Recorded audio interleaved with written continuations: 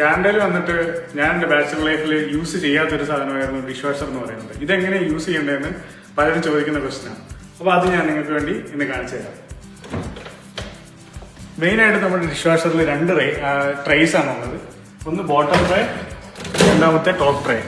Bottom ട്രേയിലാണ് നമ്മുടെ plates, salad plates ഒക്കെ place ചെയ്യേണ്ടത്. അതിനുശേഷം കട്ട്ലറീസ്, സ്പൂൺസ്, ഫോർക്ക് അതൊക്കെ ഈ സൈഡിൽ പ്ലേസ് ചെയ്യാം.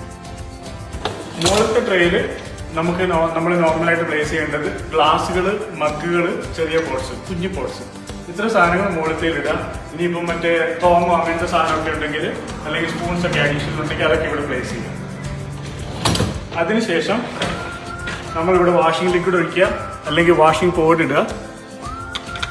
ഇവിടെ റിൻസ് ലിക്വിഡ് എന്ന് പറയുന്ന ഒരു സാധനമുണ്ട്. അതെന്തിനാന്ന് വെച്ചിട്ടുണ്ടെങ്കിൽ വാഷിംഗ് കഴിഞ്ഞിട്ട് പ്ലേറ്റിൽ അതിന്റെ സ്റ്റെയിൻ ഒന്നും ഇരിക്കാൻ വേണ്ടിയിട്ട്, സോപ്പിന്റെ സ്റ്റെയിൻ ഒന്നും പിടിച്ചിരിക്കാണ്ടിരിക്കാനുള്ളതാണ് റിൻസ് ലിക്വിഡ്. അപ്പൊ റിൻസ് ലിക്വിഡ് ഇവിടെ, സോപ്പ് ഇവിടെ. അത്രയേ ഉള്ളൂ.